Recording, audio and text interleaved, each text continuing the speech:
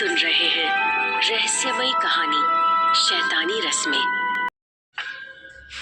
भैरवगढ़ के लोग भगवान को नहीं, शैतान को पूजते हैं। शैतान को। निकी ने जब गायत्री देवी के इन शब्दों को सुना तो हैरान रह गई। उसे अपने कानों पर विश्वास नहीं हो रहा था।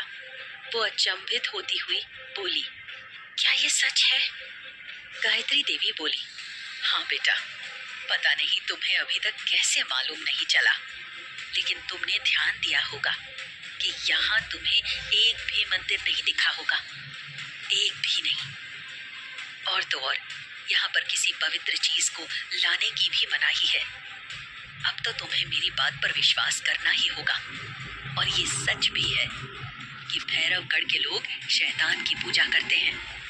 निकी आश्चर्य करती हुई बोली, लेकिन क्यों नहीं करते ये भगवान की पूजा?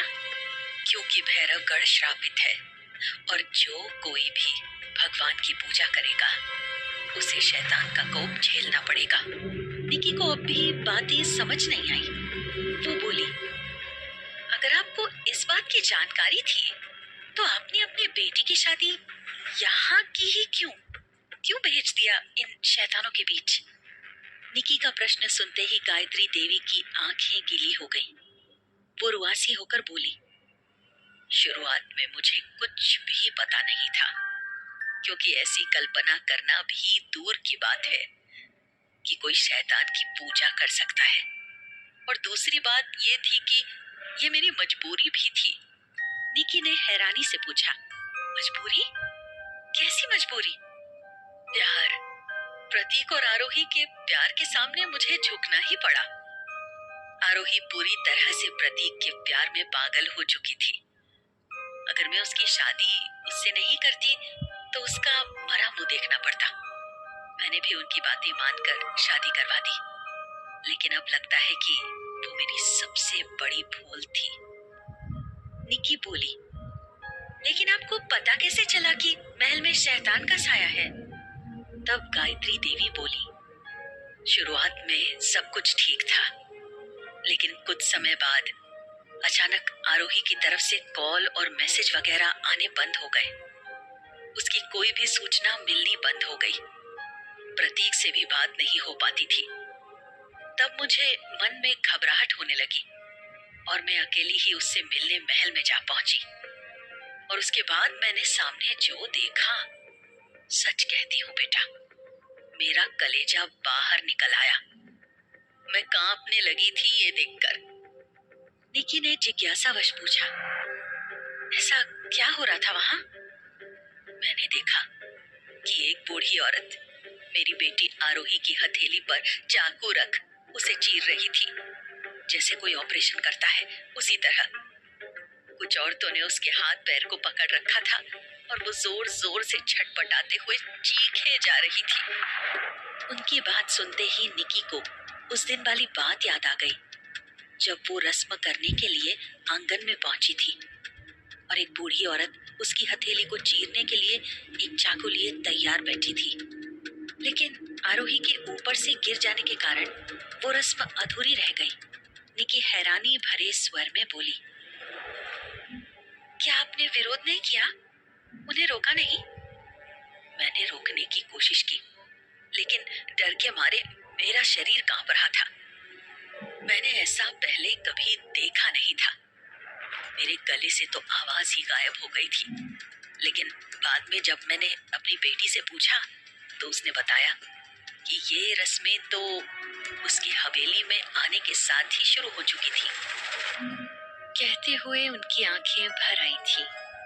उन्होंने अपने आंसू पोंछे और फिर आगे बोली, आरोही मुझसे बोली कि रस्मों के नाम पर वहां कुछ भी करवाया जाता है, मतलब कुछ भी। शुरू में उसने भी इसका काफी विरोध किया था, लेकिन फिर न जाने अचानक क्या हुआ कि उनके ही रंग में रंग गई। और फिर एक दिन जब मैं पुलिस के साथ वहां आरोही को लेने पहुंची तो कहते हुए वो अतीत में खो गई। उनके सामने वही दिन वापस आ चुका था जब वो पुलिस के एक बड़े ऑफिसर के साथ अपनी बेटी आरोही को लेने हवेली पहुंची थी। शाम का समय था और दरवाजे पर भवानी सिंह ने पुलिस को देखते ही रोका और कहा, आप महल के अंदर नहीं जा सकते, यहाँ पुलिस का आना मना है। गायत्री बोली, देख रहे हैं इंस्पेक्टर साहब, इन लोगों की मनमानी। ऐसा लगता है जैसे यहाँ इनका ही राज हो, कानून को तो कुछ समझते ही नहीं है। इंस्पेक्टर धमकाते हुए बोला, दरवाजा खोलेगा या अभी अरेस्ट करो सबको। कहते हुए इंस्पेक्टर ने अपनी सर्विस रिवॉल्वर निकाल ली। भवानी सिंह ने तुरंत दरवाजा खोल दिया। गायत्री इंस्पेक्टर के साथ महल के अंदर प्रवेश कर गई और सीधे आंगन में पहुंच गई। वहां सन्नाटा छाया हुआ था। गायत्री ने अपनी बेटी को पुकारा, आरोही, कहाँ है बेटी? आरोही, आ जाओ बेटा, देखो तुम्हारी माँ तुम्हें वापस ले जाने आई है। उसी समय सुमित्रा बाहर निकलकर आंगन में आई और गायत्री को देखकर बोली, गायत्री देवी, आप यहाँ? फिर वो इंस्पेक्टर की तरफ देखती हुई बोली, और ये पुलिस वाला? गायत्री देवी, ये पुलिस वाला यहाँ क्या कर रहा है? गायत्री सुमित्रा को आंखें दिखाती हुई बोली, मैं अपनी बेटी को वापस ले जाने आई हूँ। अब वो यहाँ एक पल भी नहीं रुक सकती। सुमित्रा बोली, वो तो आप अकेले भी आकर ले जा सकती थी, साथ में पुलिस को लाने की क्या जरूरत थी? गायत्री देवी हैरान हो उनकी तरफ देखती हुई बोली, सुमित्रा देवी, आप इतना ज्यादा इनोसेंट बनने की कोशिश ना करें। मुझे अच्छी तरह पता है कि यहाँ क्या चल रहा है। अकेले आने पर आप मेरी बेटी को जाने नहीं देती, ये मुझे अच्छे से पता है। इसलिए मैं इंस्पेक्टर को साथ लेकर आई हूँ। सुमित्रा ने इंस्पेक्टर की तरफ देखते हुए कहा, इंस्पेक्टर साहब, इनकी बेटी अब मेरी बहू भी है। जिस दिन ये यहाँ से उसे ले जाना चाह रही थी, उस दिन उसकी कुछ रस्में हो रही थी। हमारे कुल का सवाल था। अब उसे उस दिन यहाँ से भेजकर अपने कुल देवता को तो नाराज नहीं कर सकते थे ना? आप ही बताइए, आप ऐसा करते? इसलिए उस दिन मैंने शांति से कहा था कि आप अगले दिन ले जाएं, लेकिन ये तो आपको ही साथ लेकर आ गई। इंस्पेक्टर को भी लगा जैसे सुमित्रा सच कह रही है। उन्होंने गायत्री देवी की तरफ सवालिया नजरों से देखा। गायत्री देवी चौंकती हुई बोली, क्या आपको अभी भी इन पर विश्वास हो रहा है? बहुत ही चालू किस्म की औरत है ये इंस्पेक्टर साहब। आप जरा इनसे पूछिए कि वो रस्में कैसी थी। इंस्पेक्टर सुमित्रा से कुछ पूछता, उससे पहले ही सुमित्रा बोल पड़ी, आप कैसी बातें कर रही हैं गायत्री देवी? आप बातों का बतंगड़ बना रही हैं। इंस्पेक्टर साहब, सभी के कुल की, क्षेत्र की अपनी अपनी रस्में होती हैं। मैं भी वही कर रही थी।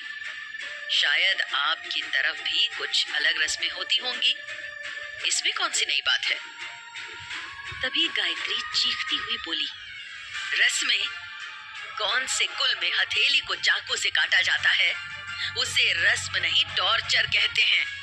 समझिए आप। इंस्पेक्टर साहब, ये अब भी झूठ कह रही है। आपको आरोही को बुलाना चाहिए, उसकी हथेली ही सारा सच बता देगी। सुमित्रा को लगा जैसे कहीं उसकी पोल न खुल जाए और सारा सच सबके सामने न आ जाए। वो घबराती हुई बोली, इंस्पेक्टर साहब, आप इनकी बातों पर विश्वास मत करिए, झूठ बोल रही हैं ये। इंस्पेक्टर ने दोनों को चुप कराते हुए कहा, शांत हो जाइए आप दोनों, मुझे अपनी जांच करने दीजिए।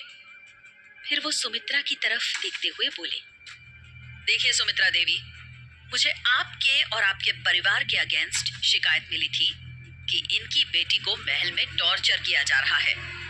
आरोही की मां होने के कारण गायत्री देवी की शिकायत पर मुझे जांच करनी ही होगी। आप आरोही को बाहर बुलाइए।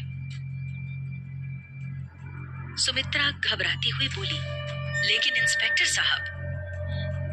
साहब ने उनकी बात काटते हुए कहा, सुमित्रा देवी, आप आरोही को बाहर बुलाएंगी या मुझे ही तलाशी लेनी होगी?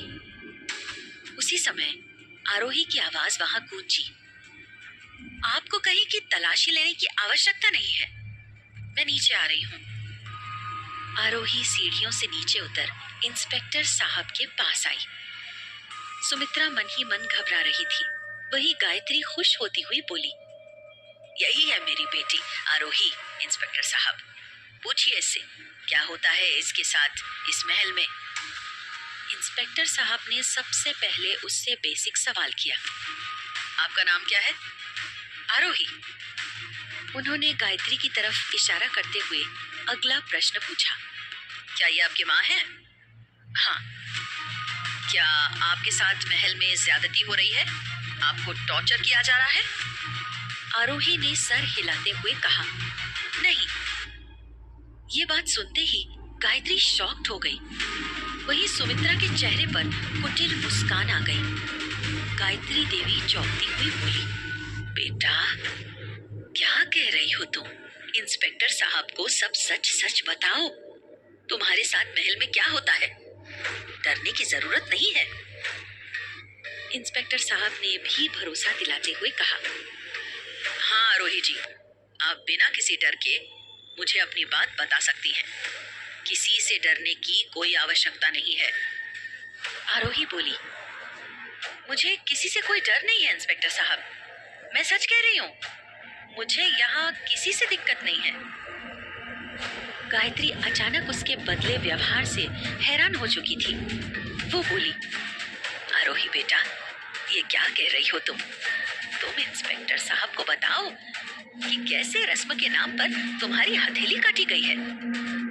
आरोही हथेली को इंस्पेक्टर के सामने करती हुई बोली, इंस्पेक्टर साहब देखिए, मेरे हाथ पे कोई घाव नहीं है। मेरी माँ झूठ बोल रही हैं। इंस्पेक्टर ने देखा तो सच में आरोही के हाथ पर कोई घाव नहीं था। गायत्री गुस्से में उखड़ पड़ी, मैं झूठ बोल रही हूँ? मैं? मुझे विश्वास नहीं हो रहा है कि तुम बदल चुकी हो। तुम बिल्कुल अपनी सास की तरह बनती जा रही हो। शैतान है सबके सब। लोगों का खून पीना आता है इन्हें। तुम्हें अपने जाल में फंसाया है इन लोगों ने। तुम्हें समझ क्यों नहीं आ रहा है? अगले ही पल वहां जोर से तड़ाक की आवाज गूंजी।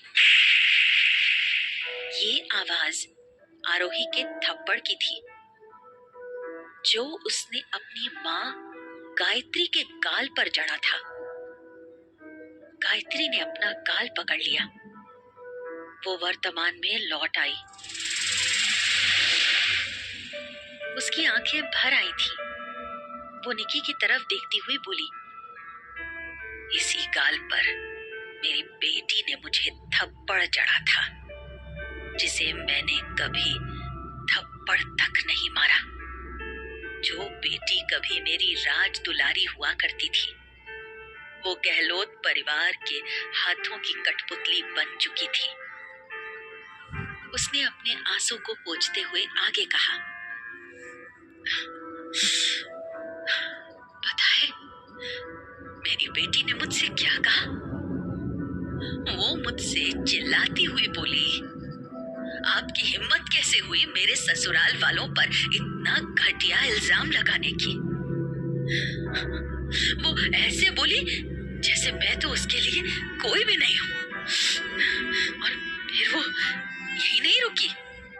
उसने इंस्पेक्टर साहब से कहा कि मैं उसकी शादी के खिलाफ थी, और जब उसने बिना बताए शादी कर ली तो मैं अब सभी को भड़का रही हूं।